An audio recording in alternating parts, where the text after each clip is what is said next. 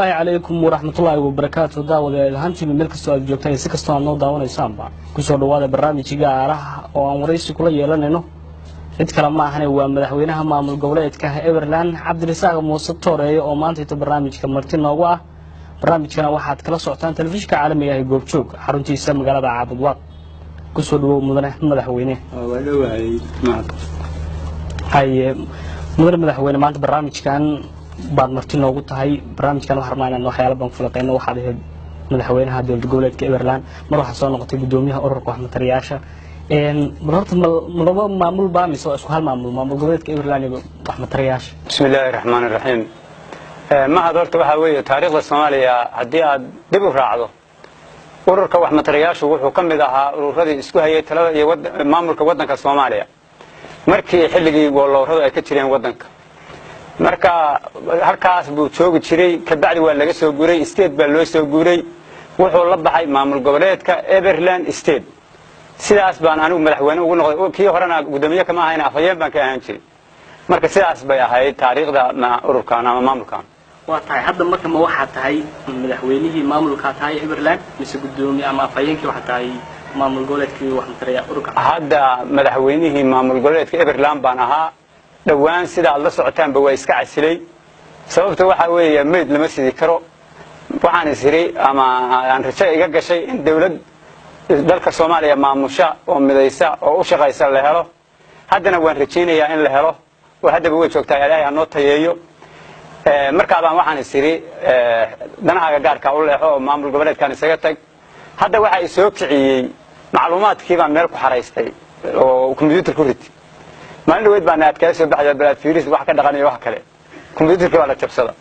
wariyaha jabsaday baan iyo maamul goboleedka jabsaday baan xagee la aadeen xagga ay isbaaysiga Sacuudiga la aadeen oo ugu shaqo tageen baalid tiibaan ka carooda marka hadda qayladhaanta aan ku soo baxay waa taas weeyo oo macluumaadkii laga jabsaday oo niman ay isaga shaqaysanayaan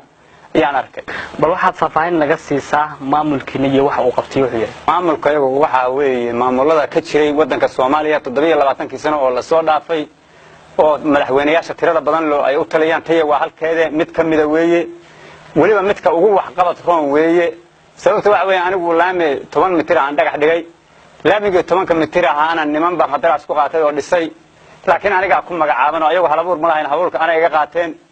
waxa weeyaan wax hal abuur leh oo hees leh oo macnaha sideedaba dadka Soomaaliyeed u shaqeeyaan la arkaa wax tarna isaga mid baan anaga iyo maamuladii jiray iyo maamul goboleedka hadda jira waxtar isaga mid baan horta midkayaan ku faarin maayo laakiin anigu waxaan dheerahay heesna waa leeyahay waa la ii heesay dadka Soomaaliyeed dhigiisa iyo dhibaatadiisa kuma farxo ee waa ka naxaan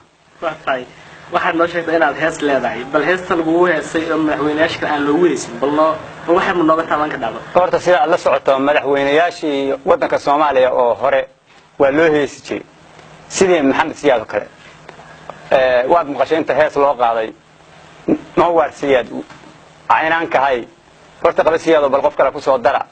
هسا من تاسو هس باللغة قاعد شيء مدحوينيا شيء عن تايوان كا وفرح بدن وياه عن دم بعدلك سجد الإيماني حبت هس الله ما قادين مد دليل الله ما قادين مد أمانة الله ما قادين وحن مكان ولا يابي إن هسه نقمن وين وقمن وين أنا كمان أنت كله إيه أنت كسمة كجم مسوي gabayadii iyo suugaantii iyo buraamburkii iyo wixii loo tirin jiray madaxweynayaasha iyo inay qaban waayeen waxaan markaa u deysanayaa inay qaban waayeen oo ay yihiin Soomaaliyeed aniga marka golahayga baarlamaanka iyo golahayga wasiirada ay heesay sidaan horeyba u sheegay waxay ii sheegeen igu amaaneen oo igu falanqeeyeen wax qaladkaygii waxna ima dhaafin waxna igama dhaafin waxay yiraahdeen dal burburay dadna aan helin dariiqyadii la wada xiray laamigood dukaafada oo aan dan loo gelin daara aan ka dhoobnee mudanuna daadi dadkii oo iswada dilay oo aan daawo loo helin may dabada yaaliyaal oo duqaagu ka hirqaday aan darajo doonay mudanuna daadi ciidankoo dib jiray xalay oo aan dab loo shidin oo aan daryeel helin oo qabiil u kala duman dawladda ku noqonay mudanuna daadi ruuxii damiir loo dalka wax ugu yaalana aan damadabiyeynay mudanuna daadi كهاللون داوغو دلولات قادنه مسوق ماسوق دورتو داعدنا لا ديرو بدا ان دلالون دنيه نغاري مدن نداديه ياده انا وا كفر waa ku najax waxaad horta bal heestaa waa hees horta xajiiba dhinac loo eego oo waxay ka hadlaysaa musuqmaasuqa iyo in laguba sii dhiiranayo maamulkaaga uu qayba ka yahay oo kow shaqadiisu way tahay arrintaas aan idinku horta maamulkaaga shaqadiisu maxay tahay baa iyadoo horta muxuu qabtaa maxay sataa maamulkaygu waxa maamulada kala qabtaan horta qabtaa kama baxsana annagu maamuloodan isku cawri mayna maanta waa iska warqabnaa madaxweynayaasha iyadaan 27 sano hoo joogay wax qabad waa iska warqabnaa laakiin kuwa kale aniga waxay dheer yihiin annaga hadda maamulka ay hadda wax ku sid badaan oo waxa dadweynaha adduunka u keenaya ay nagu sadbaan waxaan dhahnaa raalli naga ahaada ma karaan kuwa kale waxay annaga nagu bixeen raalli ahaadan dhahnaa kuwa kale ma karaan hadda waad ogtahay caawimooyin baa loo waday goboladan dhexe kuwa cunay raalli ahaada macaamale barbalbeeg waxa kale markay dhaaranayaan ay ku dhaartaan waxaan dantayada iyo danta qaranka waxaan horeysiinaynaa danta qaranka way ku dhaaranayaan anaga kuma aan dhaaran waxaan ku dhaaranay dantayada iyo danta qaranka taayada inaan horeysiino wixii ummadda tabaaleedna kugu dhigto aan ku tagi farano laakiin hadda waxaas soo dhaafi waayaan waxaan dhahnaa raalli naga ahaada ayagu kitaab beena bay mareen dantooda ay hormariyeen tan qaranka ma hormarin halka kitaab beena wax isla qaban laayihiin raalli ahaadana ma kana annagu raalli ahaada aan leenahay wixii hadda soo dhaafi waayeen aan kugu shaqaynay waxa weeye marka sidaa weeyo anigu sidaas aan kaga fiicanahay maamulka ayagu sidaas uga fiican yahay waa maamul dadka ku dhex jira waa maamul dadka ka warqaba waa maamul aan dadka dhibaatadiisa ku farxin waa maamul aan ku qanacsanayn gumaysiga iyo balaayada carrada ka jirta in la soo dhaweeyo marka sidaa weeye maamulka kaas uga fiican yahay dhinacna waa kaga leexsantiin oo wax walba waa xubaysaan adigu xogaa nacfiga maamul nacfibaana maamul nacfibaana waa tahay goorma la asaasay maamulkeena 29 baa la asaasay midkii ugu horeeyay waalorada waagay jireen ilaa 29 iyo soo bilowda intay ka dambeysay dadkan dhex taagnay intaas waa ka hadlaynay waa u waramaynay waa u sheekaynay annaga nagu heshinayeen dadku wax maamul annaga nagu heshinay 29 maadaama asaasay waa waqti dawladii dhexe dalka kacanka u dhacay xageeyu marka maamulka asaasmay uu ka shaqeynay dhammaan gobolada iyo degmooyinka wadanka Soomaaliya inuu ka shaqeynayay meel kaste oo qof Soomaaliya joogo macadabada qaar baa noo jira kuwa adragtay dibadda aaday oo ha safiiran kulana safiirada waxa weeye kuwa reerahooda ka tagay 29 aan $1 u soo dirin waa safiiradayada waa tahay aad u wanaagsan maamulada kale iyo dawladaha kale inta badan dawladda Soomaaliya waxa lagu eedeeyaa inaysan haweenka qayb ka siinin idinka ma jira wax qoondaay aad haweenka siisiin horta haweenku way ka fiican yihiin ragga in badanna waan ku celceliyay waxaana la bartay burburkii annaga 20% baan horta siinna laakiin 80 kale way ku guuleysan waayeen in ay ka baxaan oo ay ka qayb galaan maamulkan sababtu waxa weeye waxtar weeye meeshaana waxtar loogama baahnay wax matara looga baahan yahay waxa weeye qof xisaabtamaya ama wax garanaya ama qadiyad loogama baahna adigu 20 aan reerkeedana wax ugu weelin reerkana wax ugu weelin وين سريركنا عقولي reerkana wax ugu weelin ay ku soo geli kartaa سبعنا نوقف في بان جلال لين maamulkiina qofka shuruudaha hadda ma macna soo galo bal shuruudaha ku soo gali lahaa shan shuruudood weey waxa weeye taas waa caan oo dadka Soomaaliyeed oo dhan waa ka dheregsan yihiin waa inuu qofka galaya yahay jidee jahlaawe صح jahlaawe ay waa inuu wax keenin karin waxna loo keenin karin waa inuu dadka dhammaan iska hor keeni karaa laba kamid ah kala saari karin dadka hadda iska hor keenay waa in haduu joogo aan loo yeerin haduu maqan yahay haduu joogo loo yeeri maayo la teemi maayo wuxuuna soo haysaa wax lagu kala socdo aqligiisa inay tahay dumarkana waxa u dheer inay reerkeeda iyo reerkana midna wax weelin baa u dheer qof kasta oo Soomaaliya oo shuruudaha buuxiyay ayaa kamida oo kamid ahaan jiray oo hadda kamida ururka wax matariyaasha Soomaaliyeed ama maamulka Everland State waa tahay 29 ilaa 29 waa waqti aad u dheer waxa inaad dawladihii ay ku horeysay wixii dawladda ka caanka ka dambeeyay baa muuqata maadaama intaas oo dhan aad shaqeynaysan hadda ku soo kordhisay dalka horta waxaan ku soo kordhinay hadda madaxda ka jirta isteediyada waxa halabuur male halabuurka anaga horta naga qaataan hadda waxa alla qodobada ay ku shaqeynayaan waa ku weegaan hadda anigu macluumaadkii computerka aan gashaday oo meesha dhigtay waa la jabsaday waxaan ku maqnaa meel baa shaqo aadayo waxa la igu yiri yaa jabsaday markaan madaxweynayaasha maamul goboleedyada jabsaday baa xagee la aaday Sacuudiga u safriyeen bal sirtay halabuur kala male taydii baa safriyeen waxay ugu shaqo tageen Sacuudiga iyo isbahaysigiisa maca markii la weydiiyay wariyaa idin ogol baalka la awood ambiya idin ku leedihiin qodobkeedin ogol waxayna waxaa noo ogol qodobka haba ururka wax matalayaasha ka soo amaanay dastuurka waa kala soo baxay macluumaadkooda waxa laga amaahan karbiya dastuurkiina ku jirtay ha in laga amaado sababtu waxa weeyaan macnaha haddii aad mar jeenan doonayso inaad meel kasta oo dawjin karto yaa ku jirta qodob ah qodobkii bay isticmaaleen hadda anigu marka dacwaan ahay jamciyadda qurumaha ka dhaxaysan dacwo u ahay midowga afrikaan dacwo u ahay jaamacadda carabtaan dacwo u ahay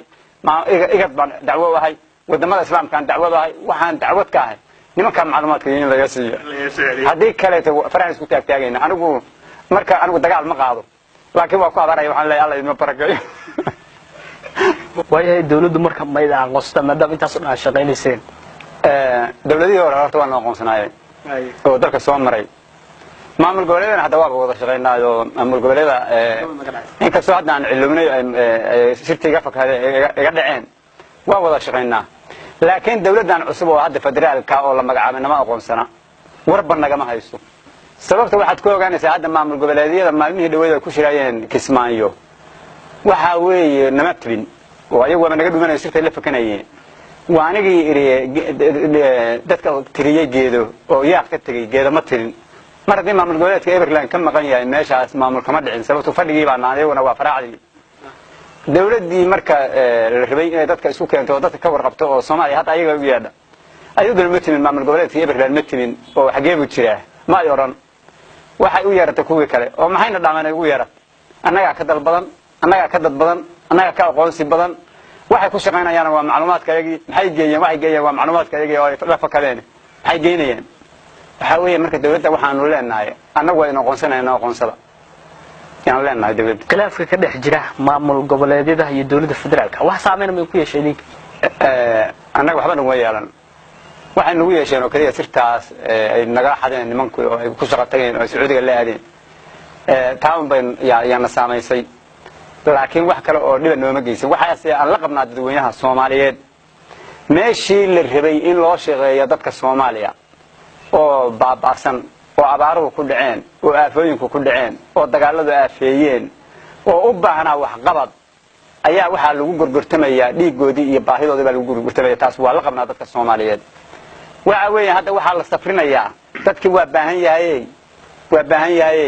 waa baabaayay hadda wixii loo soo dhiibay meeye beriga hadda ka hore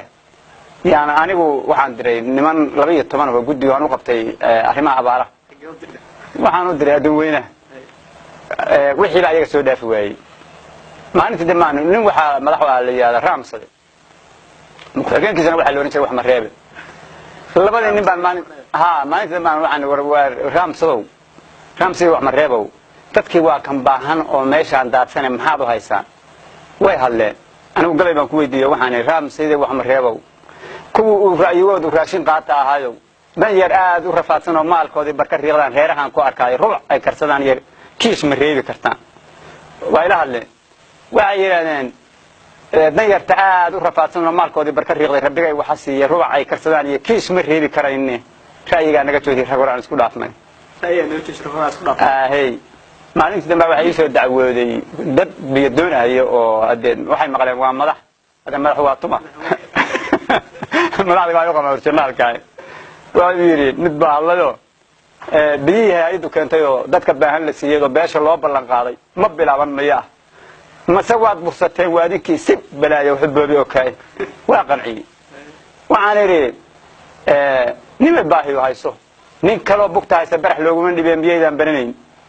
biyihii hay'adu keentay oo dadka loo ballan qaaday haddii aan bursanay nafteena bixinaynay bal maxaan biinay wax bees ma aragnay ali arbu iska tagay hadda saas ku qanacay waxa weeye marka anagu saasan dadka u qancin jirin oo markaan waxoodu ay nagu sidbadaan aan u qancin jirin waxaan ku eedaynaa ma dadkii qancin maayaan oo wixii anaga soo dhaafi waayaan male hadda waxaan maqlay gobolada Galmudug 5,000 oo kiish waxa la igu tilmaamay baa ya waxa la keenay baa ya loo soo 5,000 oo tan baa loo soo qoontay yaa leeyahay shantii ma gaalkacay markay marayso yaan waxaan maqlay in kiishni laga waayay waxaan u maleeyay badda hobiye miyaa laqday mudubooyinka kale badda casbaa laqday 5,000 oo tani macnaha haday macagaalkacay iyo meelaha ay soo gaadho gobolada macariis baa lagu gadan lahaa kor baaba qaariga bixi noogu sii kaceen war nimankii annagii baa ka ashahaadanayna annagii nimanaan ka ashahaadanay oo annaga naga yaabiyey yaanu aragnay waa tahay maamul idinku waxaad tihiin saa sheegteen dalkoo dhan ka wada jira maamulkiina markii la dhaarinayo ama xildhibaanadiina ama madaxdiina maxaa lagu dhaariyaa annaga madaxweyne kuu sheegay annagu been kumaanaan dhaaran waxaanu ku dhaaranay dantayada iyo danta qaranka dantayada inaan horaysiino wixii ummaddaa tabalan kugu dhiibana inaan ku takafalano laakiin haddii waxaas haddayna soo dhaafi waayaan raalli naga ahaadama dadka leenna saasaan kaga fiicannahay annagu laakiin musuq maasuqa